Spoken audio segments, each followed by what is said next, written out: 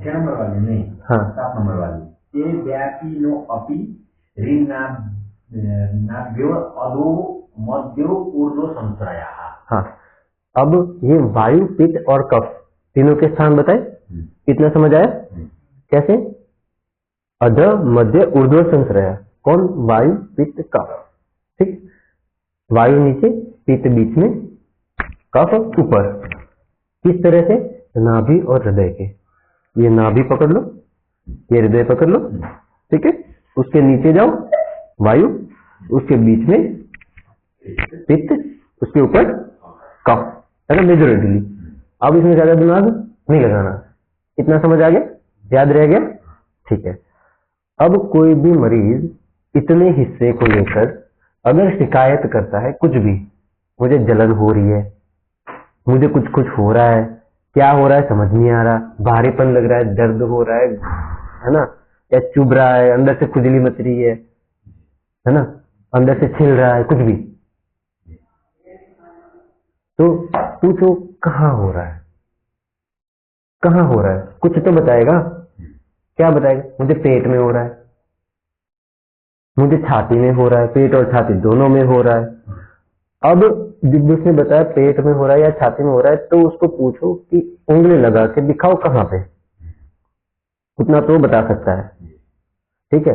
अगर वो बता रहा है यहाँ पे, वो बता रहा है यहाँ पे, या यहाँ कहीं हो रहा है, या यहाँ पे हो रहा है, ठीक है, तो ये कौन सा स्थान हुआ? हाँ, है ना, हृदय और नाभि के ऊर्ध्व का स्थान हुआ, ये कफ का स्थान हुआ, राइट। अब ये कफ का स्थान है। अब आपको चिकित्सा करनी है कफ प्रधान दोष को ध्यान में रखते हुए, ये बेसिक फंडा, ठीक है। दूसरा, अगर वो नाभि और हृदय के बीच में कहीं बता रहा है, नाभि और हृदय के बीच में, जैसे कि हम वो बोलते हैं ना कि डॉक्टर साहब पेट में दर्द हो रहा है, कहाँ? यहाँ पे, है ना, या पेट में, या बीच में दुखती है, नाभि के ऊपर हृदय के नीचे, है ना, कौन सा स्थान? पित्त का, ठीक है। अब इस तुम्हें पूरे रीजन में, पूरे इतना पूरा, चाहे यहाँ पे दुख रहा हो, चाहे यहाँ पे दुख रहा हो, चाहे यहाँ पे दुख रहा हो, पित्त प्रधान दोष ध्यान में रखना। अकेला पित्त नहीं होगा। बंद कर दो, बिल्कुल दिक्कत नहीं, वो ज्यादा आवाज करेगा, वो आवाज बहुत करेगा, वो आवाज बहुत करेगा, बंद कर दो, है ना। इतना समझ में आ गया? पित्त दोष को ध्यान में रखते हुए चिकित्सा करनी है। अब आपको डिसाइड करना है कि पित्त के साथ कफ की चिकित्सा करेंगे या पित्त के साथ वायु की करेंगे, है ना, ये आपको डिसाइड करना है एज पर कंडीशन, है ना। अगर नीचे बता रहा है तो प्राइमरी वायु प्रधान दोष, है ना, साथ में कफ की करेंगे या पित्त की करेंगे या किसी की नहीं करेंगे, सिर्फ वायु की करेंगे, ये एज पर कंडीशन, है ना। अब इसमें एक और चीज बहुत अच्छी है, कभी कभार मरीज ने आपको बताएगा कि मुझे दर्द यहाँ हो रहा है, ठीक है, आप लगे पड़े हो चिकित्सा करने के लिए कि यार कफ की चिकित्सा करो, कफ की चिकित्सा करो, कफ की चिकित्सा करो, है ना, हम तो यही करेंगे, सीधा फंडा है। पर देखो दिक्कत कहाँ आ रही है। अगर यहाँ पे दर्द है, बाकी सब ठीक है, बढ़िया चल रहा है, दिक्कत यहाँ आ रही है, पर बाकी सब एकदम बढ़िया चल रहा है, तो कोई दिक्कत नहीं, कफ की चिकित्सा करो। पर दिक्कत यहाँ आ रही है, अगर उसकी वजह हृदय और नाभि के मध्य में कहीं है, जिसकी वजह से ये दर्द यहाँ पे हो रहा है, तो आपको पित्त की उस स्थान पे चिकित्सा करनी होगी। हाँ, ठीक है। दूसरा, कभी कभार ये होता है कि यहाँ नहीं, नीचे स्थान है, कहीं बस्ती में स्थान है, पक्वाशय में स्थान है, मलाशय में स्थान है, गुद प्रदेश में कुछ दिक्कत है ना, और उसकी वजह से उसको यहाँ पे दर्द हो रहा है, ठीक है। ऐसी कंडीशन में क्या करना है? वायु प्रधान कफ दोष की चिकित्सा करो। कारण पहले, उसके बाद में कहाँ हो रहा है उसका भी, कारण किस स्थान में है, व्याधि व्यक्त यहाँ हुई है पर हो यहाँ नीचे रही है, व्याधि का स्थान संचय तो यहाँ नीचे है, है ना, उसका ऑब्जेक्ट यहाँ पे हो रहा है अच्छा है ना। तो आपको प्राइम चिकित्सा या नीचे की करनी है, मुख्य चिकित्सा आपके नीचे के अनुसार जाएगी, ठीक है। कई बार इसका एक और उदाहरण मिलता है, जैसे कि घुटनों का दर्द बहुत सामान्य है ना। ठीक है, घुटनों का दर्द है, गोली खा के चला लेंगे। अब उसमें माताजी, पिताजी या कोई चाचा जी होंगे, है ना, दादी अम्मा कोई होंगी, घुटनों का दर्द है, वो दवा लगा लगा के चला रही है ना। होता क्या है, अब दर्द की वजह से वो चल नहीं पा रही, होता है ना। अब चलेंगी नहीं तो बदन में थकान नहीं आएगी, शरीर में व्यायाम ही नहीं आएगा, है ना। तो जिस व्यक्ति को व्यायाम नहीं आता शरीर में, उसको व्यायाम के अभाव के कारण जितने रोग होते उतने रोग होने की संभावना है ना। अब उसको ठीक कैसे करें, उसकी तो चिकित्सा ही व्यायाम है, उसकी तो चिकित्सा ही व्यायाम है। जैसे कि मान के चलो अभी के वक्त में शुगर डिसऑर्डर्स हो जाते हैं, शुगर के डिसऑर्डर हो गया, कोलेस्ट्रॉल का हो गया, डिस्लिपिडीमिया हो गया, ब्लड प्रेशर का हो गया कुछ, या थायराइड ग्लैंड का कुछ ना कुछ हो गया, है ना, बॉडी में प्लस माइनस होना स्टार्ट हो गया, है ना। तो ये तो सारे क्या हो गए, है ना। दिक्कत कहाँ, घुटनों में। व्यक्ति कहाँ हो रहा, वजन बढ़ रहा है, शुगर बढ़ रहा है ना, बदहजमी हो रही है बार बार, क्यों, चलना ही नहीं हो रहा, बॉडी बैठा है आराम से पूरे दिन खाट में। आपको इसकी चिकित्सा भी करनी होगी, इसकी भी चिकित्सा करनी होगी, और जब तक ये ढंग से ठीक नहीं होगा, उसका घुटना चलना नहीं जानेगा, वो चलेगा नहीं ढंग से, तब तक कुछ नहीं होना, तब तक तो चलते रहना, दवाई खाओ, ठीक है वो ठीक हुआ तो ठीक हुआ, होना नहीं हुआ, है ना। तो ये इस तरह से भी प्रेजेंटेशन मिलते हैं। आपको यही देखना है कि ये दिक्कत आ रही है और एक्चुअल में किस वजह से ये आ रही है। जब तक वो वजह टर्मिनेट नहीं होगी, चलते जाओ,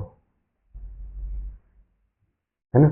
बहुत कम ऐसी कंडीशंस होती है जो आयुर्वेद में स्पेशली आती है कि मतलब आप सारा कुछ होगा सिर्फ दवाई से करो, जैसे कि जान पे बनाती है ना, तब ये सारी चीजें देखी नहीं जाती। वो क्या बोलते हैं, अत्ययिक चिकित्सा, अत्ययिक चिकित्सा।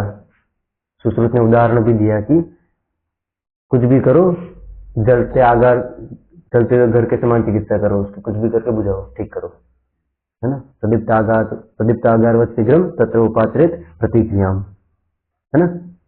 वो कुछ भी करके करो। अब वैसे कंडीशन जैसे मान के फेफड़ों में पानी भर रहा है, अभी सांस नहीं आ रही पेट में पानी इतना भर रहा है कि अब इसको सांस नहीं आ रही, पेट में छेद हो गया, आंत में छेद बना पड़ा है ना, भर भर के वॉमिट हो रही है, खून निकल रहा है, एकदम भर के सीवियर हेडेक हो रही है, सहा ही नहीं जा रहा, आंखें नहीं खोली जा रही है, ऐसी हेडेक हो रही है, नाक से खून बह रहा है। ये तो सारी आत्मिक चिकित्सा होगी, हाथ कट गया, आत्मिक चिकित्सा, कुछ भी करो करो बस, है ना। तब आप सारा औषध वगैरह से पूरी चिकित्सा करो, उसमें कोई दिक्कत नहीं है, तब वो थोड़ा मैनेजेबल भी होता है। पर जब ये लंबी चीजें आती है ना, तब आपको उसकी वजह को ठीक करना जरूरी है। जैसे किडनी डिसीज भी हो गया, तो एक होता है उसकी वजह या तो शुगर बड़ी हुई रहती है, या तो ब्लड प्रेशर बढ़ा हुआ रहता है, या खून गाढ़ा हुआ रखा होता है, या कोई और वजह, ठीक है। अगर वो वहां पे वजह पता पड़ा, ब्लड प्रेशर कुछ भी करो ठीक ही नहीं हो रहा, पता पड़ा भाई वो टेंशन लिए जा रहा। अब जब तक वो सोचना नहीं छोड़ेगा, ब्लड प्रेशर शूट रहेगा, है ना, ये तो दिक्कत करना ही है, क्योंकि वो जितना सोचेगा एड्रेनलिन शूट करेगा, इतना ब्लड प्रेशर शूट करेगा, इतना किडनी पे इम्पैक्ट आएगा। ये तो लूप में फंसता गया, और वो और बीमार होता जाएगा और सोचेगा।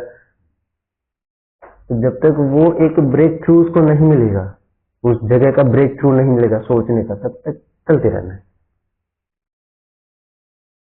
है ना। तो आपको साथ में इसकी चिकित्सा करनी होगी। बैठ रहा है ना। और ये कैसे पता लगेगा, आपको पूरा गो थ्रू करना होगा, उसका हिस्ट्री गो थ्रू करो, क्या दिक्कत है, कहाँ दिक्कत है, कब से ध्यान में आई, वो वक्त इंपॉर्टेंट है ना। क्योंकि ये भी होता है कि यहाँ की भी दिक्कत है, यहाँ की भी दिक्कत है। अब कौन सी दिक्कत की वजह से कौन सी दिक्कत आई, ये समय के अनुसार रहेगा फिर, और वो भी आपके अनुमान पे होगा। जितना सटीक समय आपका मरीज आपको बताएगा, आपका रोगी आपको बताएगा, उतना अच्छे से आप संप्राप्ति बना पाओगे। जितना अच्छे से संप्राप्ति आप बना पाओगे उतना अच्छे से आप विघटन कर पाओगे, है ना। हर बार ये भी जरूरी नहीं होता कि हर संप्राप्ति का विघटन हो ही जाए, है ना, क्योंकि आगे आप श्लोक में पढ़ोगे, अभी हम देखेंगे, वो साध्य असाध्य में आएगा, अभी रुकिए, है ना, साध्य असाध्य में आएगा, याप्य है, प्रत्याख्येय है ना, फिर साध्य अपिकृच्छ साध्यतम। तो वैसी वाली जो सारी कंडीशंस आएगी उसके अनुसार आप संप्राप्ति या तो विघटन होगी, या तो फिर ठीक ठाक रहेगी, चलती रहेगी, रोग आगे नहीं बढ़ेगा, या फिर कम हो जाएगा, या फिर आगे बढ़ने की उसकी रफ्तार कम हो जाएगी, है ना, वैसे वाली कंडीशन चलेगी। ठीक है, अब आगे का श्लोक। अब तक का चैप्टर क्लियर होगा ना, ये लाइन समझ में आया ना? कुछ पूछना वगैरह हो तो पूछ लेना अभी इसमें, डाउट वगैरह। अभी तो वयो अहोरात्रि भोक्तानां तेन अंत मध्य आदि का क्रमात्, फिर से पढ़ना। वयो अहोरात्रि भोक्तानां हाँ ते अंत मध्य दिवाकर। हाँ, ये भी बढ़िया लाइन है। उसने ना एक चीज लिखी हुई है कि कौन से वक्त पे कौन सा दोष बढ़ेगा, कौन से वक्त पे कौन सा दोष बढ़ेगा, ये लाइन उसने लिखा हुआ है। ठीक है, जैसे वय आह मतलब दिन, है ना, रात्र मीन्स नाइट, वय अह रात्र भुक्तानाम, भुक्तानाम मतलब खाने का तुरंत, है ना, खाने के तुरंत, आदि मध्य अंत, है ना, आदि मध्य अंत, किन किन का प्रकोप रहता है? अंत मध्य आदि का क्रमात्, है ना, वायु पित्तम कफ, ये सीक्वेंस चलेगा, वायु पित्तम कफ से अंत मध्य आदि, अंत में वायु, मध्य पित्त, आदि में कफ, है ना। से श्लोक फिर से पढ़ना। हाँ, वयो अहोरात्रि, वय, हाँ वय के अंत में मतलब बूढ़ा हो गया, अब मरने की तैयारी करे, या फिर मतलब उसकी जवानी खत्म हो गई, फिर जवानी और बुढ़ापे का स्टेज खत्म हो गया, उसके बाद का वक्त चल रहा है ना। ज्यादातर कौन सा दोष आगे रहेगा? उसका वायु दोष प्रधान रहेगा, मतलब उसके रिगार्डिंग उसकी दिक्कतें ज्यादा होगी। या फिर अगर उसको वायु वाली कोई दिक्कत हुई है तो वृद्धावस्था में उसका नेचर ही उसको वायु को प्रमोट कर रहा है, आप कितना रोकोगे, है ना, आप कितना रोक लोगे यार? वायु तो उसका बॉडी उसको सपोर्ट कर रहा है, भाई तो बढ़, समझ रहे हो। अब उसको मान के चलो कोई वायु की दिक्कत,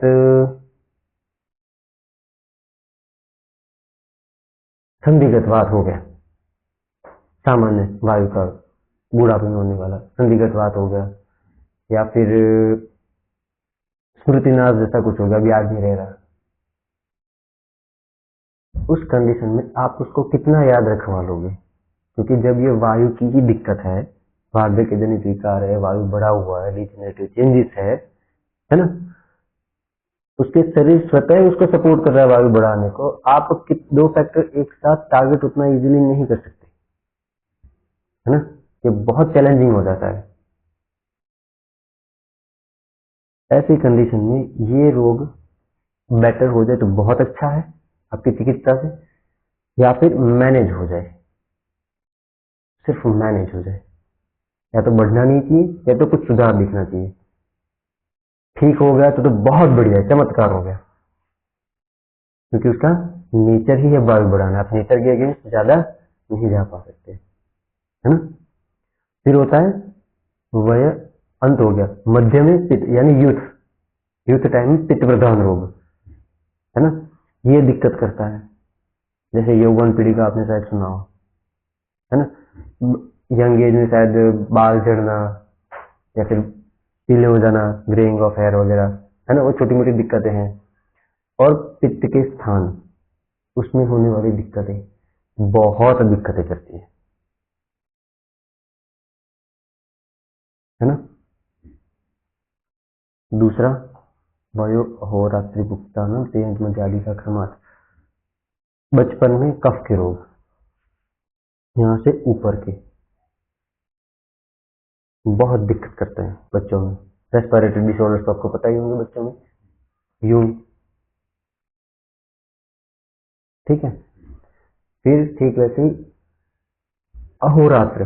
अब ये चीज ये है कि अब पेशेंट को ये पूछोगे कि भाई तुम्हें ये दिक्कत आ रही, कभी ध्यान में लिया है, कब बढ़ रहा है, कब घट रहा है, पूछते हैं ना, कब दिक्कत बढ़ती है, कब घटती है, सिर दर्द कब आता है, कब होता है दिन के, कभी ध्यान में आया, खांसी कब आती, सांस में फूलना कब दिक्कत में आता है ना, खुजली हो रही है, खुजली कब बढ़ती घटती है, दर्द हो रहा है, दर्द कब बढ़ता घटता है ना, हाथ पैर सुन्न हो जाते हैं, कब बढ़ता घटता है, जाम हो जाता है, कब बढ़ता घटता है।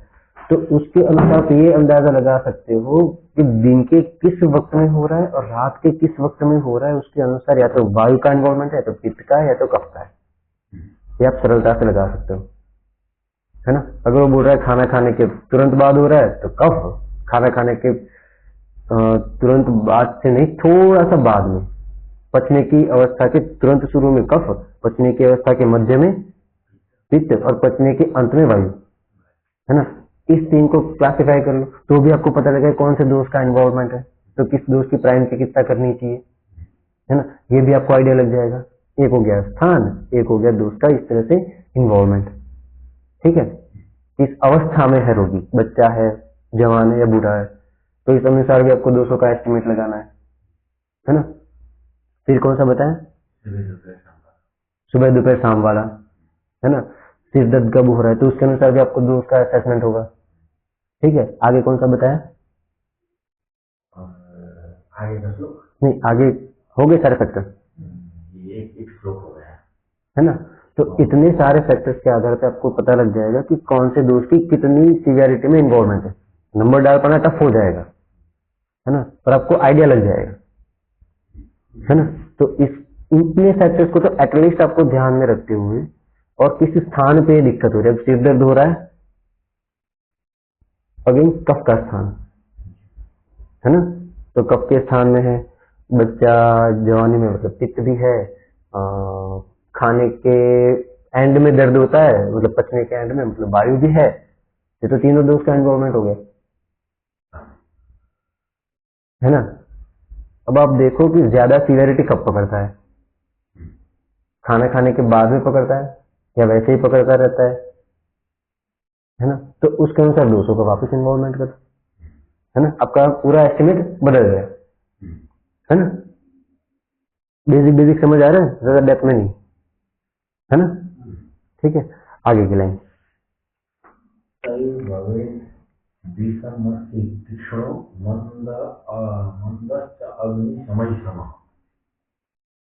कैसे पढ़ना, विषम तीक्ष्ण ओके, मंद समय ही समाहा, है ना। अब ये 4 तरह की अग्नि उसने बताई, ठीक है, वायु पित्त कफ और तीनों दोष, ठीक है। वायु प्रदान में विषम अग्नि होगी, है ना, कभी बढ़ेगी, कभी बिल्कुल डाउन हो जाएगी, कभी भर के खाएगा, कभी बिल्कुल नहीं पचेगा, कभी थोड़ा खा के भी पेट बढ़ जाएगा, कभी कितना भी खाओ नहीं मतलब कम पड़ेगा, है ना, कोई ठिकाना नहीं, वो हो गया विषम।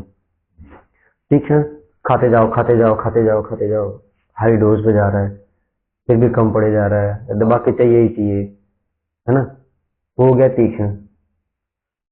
कफ, मंद में थोड़ा सा खाएगा, थोड़ा सा खाओ बहुत है, थोड़ा सा खाओ बहुत है, फिर भी तगड़ा मोटा है ना। तीक्ष्ण वाला कितना भी खा रहा है फिर भी पतला है, विषम वाले का कोई ठिकाना ही नहीं है, ठीक है। और जिसके तीनों दोष बैलेंस है, समय ही समाह, वो समाग्नि है ना। मतलब नॉर्मल एक प्रॉपर डाइट, ना बहुत कम ना बहुत ज्यादा, वैसे वाली डाइट रेगुलरली चलती है, उसमें ज्यादा इंटरप्शन नहीं होता, वो हो गया समाग्नि, ठीक है। अब आप एक एस्टिमेट ये भी कर सकते हो कि किसी भी आपके पेशेंट को, रोगी को पूछ लो कि कितना डाइट ले रहे हो। अब आपकी हिस्ट्री टेकिंग कैसे हो रही है ये बता रहा हूँ, है ना, आपको पूछते हो ना एपेटाइट क्या लिखते हैं, नॉर्मल, डिक्रीज, इंक्रीज, है ना, हम वैसे ज्यादातर लिखते हैं। अब आपको अगर आयुर्वेदिक हिस्ट्री के एस्पेक्ट में जाना है, history taking in Ayurvedic aspect, तो आप क्या पूछोगे, अच्छा आपका ये डाइट रेगुलर चलता है, आपको रेगुलर इतना ही डाइट चाहिए होता है, और क्या पूछोगे, अच्छा कभी ऐसा हुआ कि मतलब कभी ठिकाना नहीं होता, कभी कम में भी पेट भर जाता है, कभी ज्यादा चाहिए होता है, कभी बहुत ज्यादा चाहिए होता है कि नहीं। पित्त और का तीक्ष्ण आदमी बहुत ज्यादा खाओ फिर भी वजन नहीं बढ़ रहा, या फिर थोड़ा सा खाओ फिर भी तुरंत वजन बढ़ जा रहा है ना। तो वैसे वाली कंडीशन पूछनी है, और ऐसी कब से है ये पूछो, ऐसा कब से है, तो आपको ये अंदाजा लगेगा कि इसके समाज में, इस समाज में तीक्ष्ण आदमी शायद इस वक्त से हो सकती है। हाँ, ये बेसिक से आइडिया चलेगा, कंफर्मेटिव कुछ नहीं मिलेगा आपको, आइडिया पे चलेगा, बेसिक है ना। आइडिया लग रहा है ना आपका पेशेंट का समझने का, एनालिसिस करने का तरीका कैसा होगा इन पर्सपेक्टिव ऑफ बेसिक आयुर्वेदास, है ना, ये सूत्र स्थान एक के अनुसार, है ना। अग्नि का समझ आ गया, आगे हाँ, कोष्ठ, क्रूर, मृदु, मध्य, है ना, 3 तरह के कोष्ठ, 4 प्रकार की अग्नि, ठीक है। अब 4 प्रकार की अग्नि में आपके मरीज की अग्नि कैसी है, वैसे आइडेंटिफाई करना बहुत टफ होता है, क्योंकि पेशेंट को खुद को नहीं पता कि उसका खाना कैसा जा रहा है, बहुत टफ होता है, ठीक है। अब उन 4 तरह की अग्नि में उसका कोष्ठ कैसा है। अब कोष्ठ जानना जरूरी क्यों, शोधन, उसका मेन एस्पेक्ट शोधन के पर्सपेक्टिव में रहता है ना, और उसमें भी खास तौर पे औषध का प्रकार और उसकी मात्रा निर्धारण में, है ना। अब कोई व्यक्ति है जो वायु प्रधान दोष वाला है, दोष वायु प्रधान है पर मृदु कोष्ठ है, तो